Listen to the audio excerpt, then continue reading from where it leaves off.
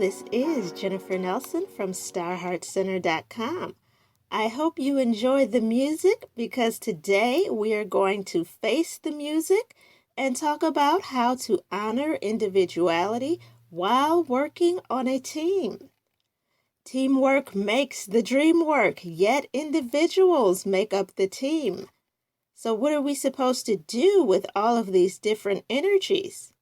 Let's talk about it. First, we're going to discuss how the educational system sets the tone for the interactions we have as adults. Next, we will discuss why it's difficult to build a strong team these days. We'll also discuss blunt people, awkward people, shy people, disrespectful people, and how all of these types fit into the group dynamic.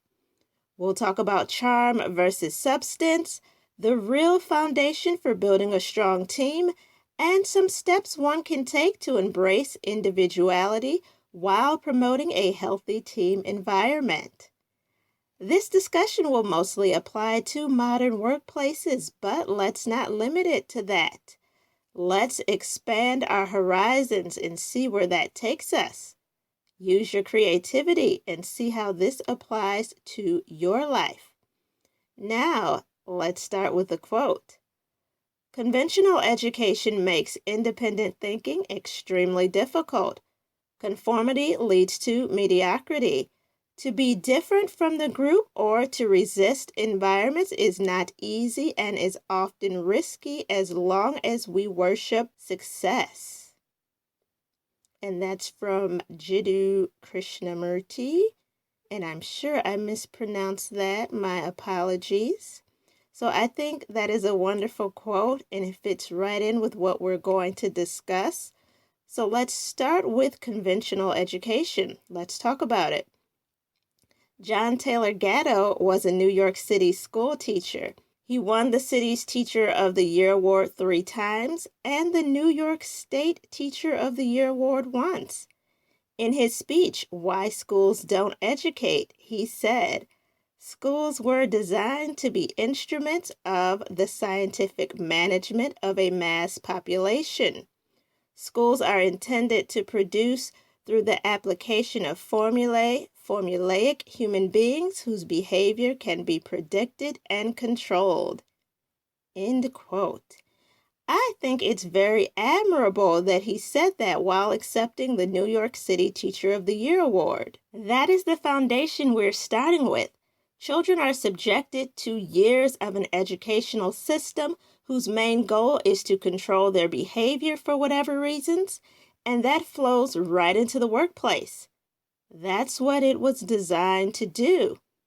And people might say, well, children's behavior needs to be controlled. I would say controlled by whom and for what purpose?